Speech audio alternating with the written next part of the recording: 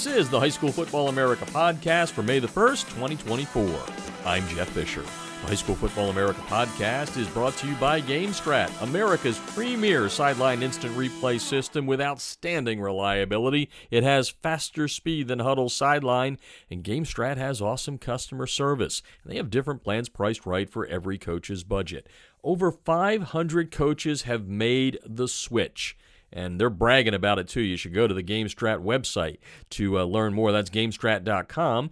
If you mention High School Football America when you contact the fine folks there, they'll give you a High School Football America Friends and Family discount. Now, to get that demo, go to GameStrat.com, or you can click on the GameStrat banner ad located on every page of HighSchoolFootballAmerica.com. Well, it's been several days since the end of the NFL Draft 2024 version, and High School Football America continues to give coverage to the event. Of course, we went pick by pick throughout the draft on Thursday, Friday, and Saturday, where everybody played high school football. So many wonderful stories, so many dreams coming true. And Dylan Laube at Westhampton Beach, Long Island. Man, did he have a dream come true. When he was a senior there back in 2017, 0 stars, no stars, well, however you want to say it. No college program except for New Hampshire wanted him, and that's where he went and played his college football and worked his butt off to the point where in round 6, pick number 206 overall, the Las Vegas Raiders drafted Laube and his head coach at Westhampton Beach on Long Island in New York. And the current head coach at Westhampton Beach High School, Brian Schaumloffel, is going to join me here. I'm sure there's a big old smile still on his face. He was the offensive coordinator back then. He's now the head coach of the program, and he joins me right now to talk about Dylan back then and just all the enjoyment that the community's getting out of him being picked by the Las Vegas Raiders. Thanks for taking the time, Coach. Thank you very much for having me. Take us back then. I know you can't project 6 years into the future and say, oh, yeah, he's going to be playing for the Raiders and picked by the Raiders, but what do you remember about Dylan? Well, Dylan's one of our greatest sons at Westhampton Beach, and he had a great career for us, and he's kind of like a legend in our small little community, and we're out in the east end of Long Island, and we're a small little high school, and he's made a big name for himself, and we won the Long Island Championship in 2017, and he was probably the biggest part of it, and we knew early on, probably since when he was before middle school, that he was going to be a special player for us.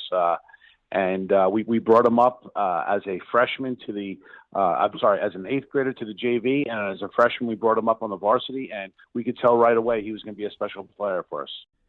Let's put some high school numbers into the conversation. Nearly 6,500 yards rushing for his career, 120 total touchdowns, 47 of those coming as a senior.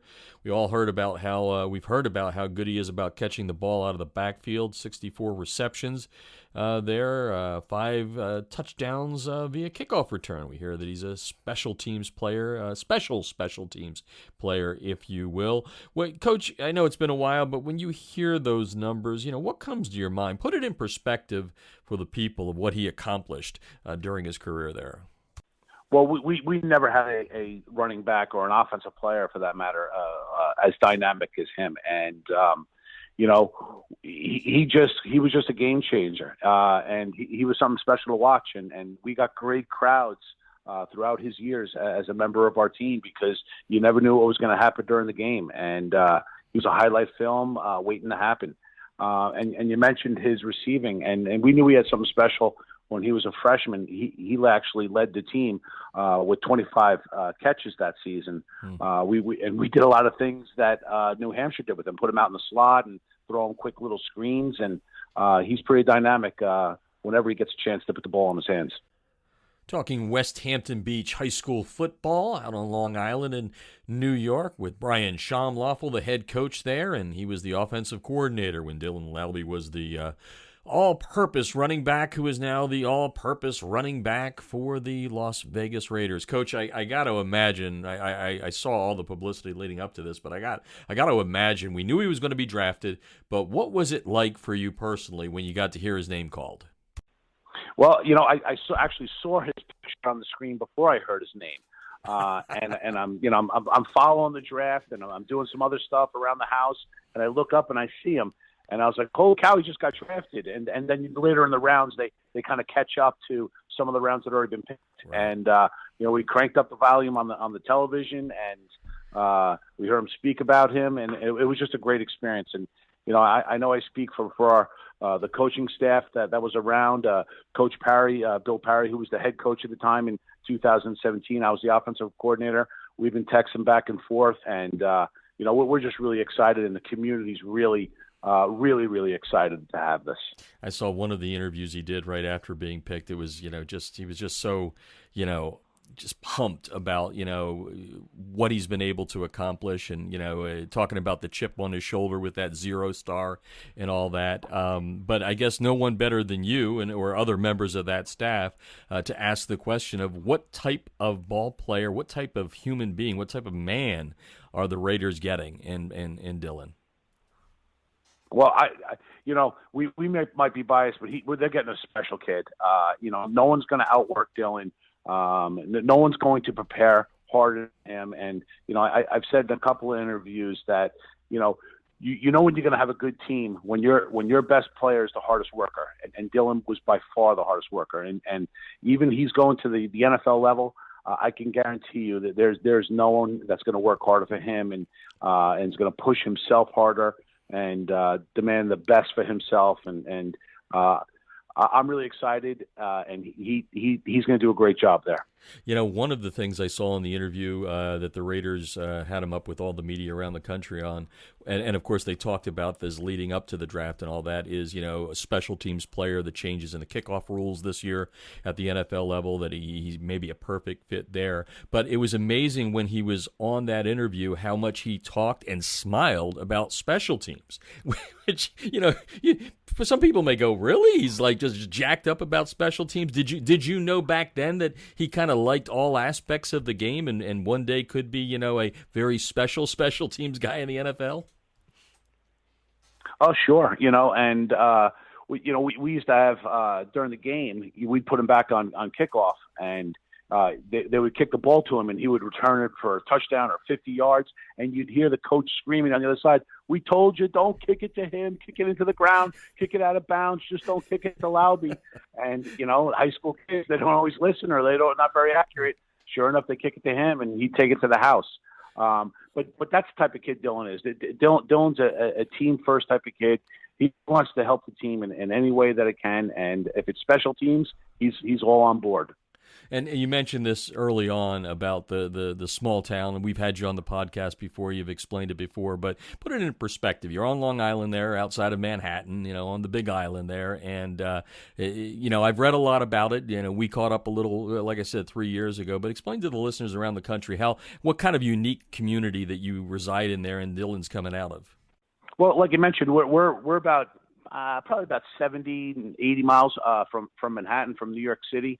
But, we pride ourselves in our small town football. And I'd like to think that our coaching staff and our community and our school, we take football pretty serious. And we put a lot into it. And, it's really, really kicked off with Dylan. And it's really given us a jump, for getting our name out there and within Long Island itself, and it's really put us on the map. And our kids really look up to Dylan, and everybody talks about Dylan, and we're really proud of him. And Coach, you were telling me offline that one of the things that Dylan's doing right now, he's partnering up with something that he's been dealing with all of his life. Tell the folks around the country what Dylan's doing as far as a little give back. Sure. Well, what Dylan has struggled his whole life with a speech impediment where he stutters when he speaks, and he has paired up with Athletes for Hope, and that's an organization that he connected with at the Senior Bowl, and he's really excited that possibly he could be a role model for kids who stutter and maybe an inspiration, because that's not always easy. And Dylan has expressed during his whole pre-draft time that he's had to do a lot of interviews, and I know he's worked really hard to overcome that. And he's hoping that possibly he could be an inspiration for other children and other athletes that also struggle with that. And I have no doubt he's going to make a difference in some kids' lives as he lets them know what he's been able to go through. And he's also making an impact, obviously, on probably the 2024 football team, because I know what coaches do, right? You look for every little lever that you can hit and pull on to get that leverage and inspire and get the team to reach down and dig deeper than they ever thought they could. How do you take this awesome news that's happened over the last couple of days here and use it with your 2024 team to get them ready for, the summer workouts and into fall camp and all that? How do you leverage the Dylan story with these kids? Well, we talk about it all the time, and we talk about the work ethic that Dylan had, and we would have summer workouts, and we would start our summer workouts at 7 a.m., but he was there at 6 a.m., put in an hour before even the team was required. So we're always referencing Dylan and all the great players that we've had in the past, but especially Dylan, how much he grinded, and he had a goal, and he put his mind to it, and he was gritty about it and resilient, and just did whatever it takes to take it to that next level. So absolutely, we're pushing that mindset and bringing up the tradition that he kind of brought with us since he was with us in 2017. And since this is High School Football America and spring ball, where we are in the South right now, is in full-fledged going at it, I know that probably makes you feel bad. You probably love a little spring ball right now.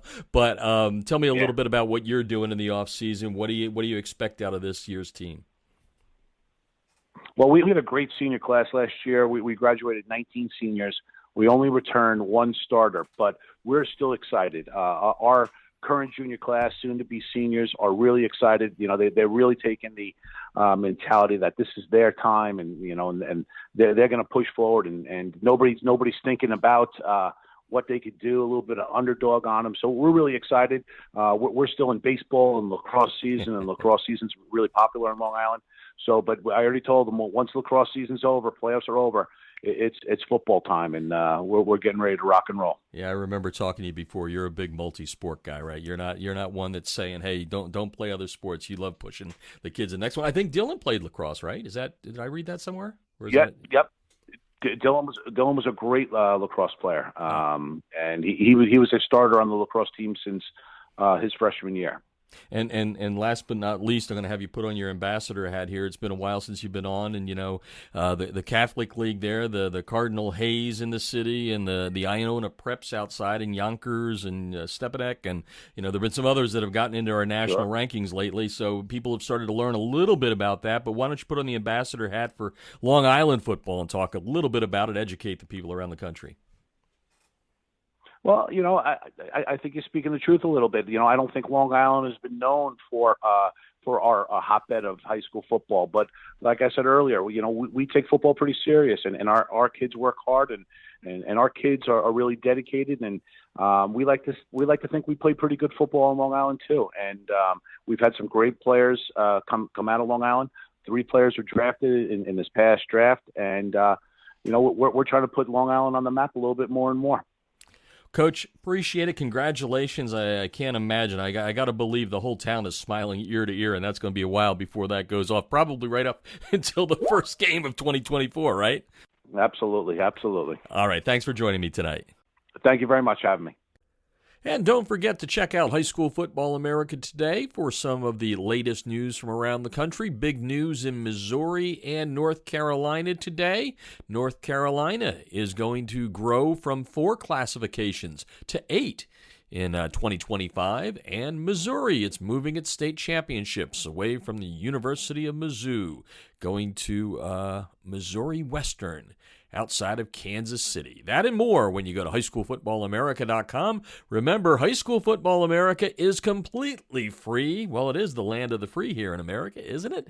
We do not require a subscription or just signing up for something that we can email you on. It's just free content that you can enjoy. We're here for the High School Football America fans. And the High School Football America podcast is brought to you by NFL Play Football. Hey, coaches, don't forget to check out playfootball.nfl.com for some great resources to help you improve in the coaching profession. That's today's High School Football America podcast. I'm Jeff Fisher.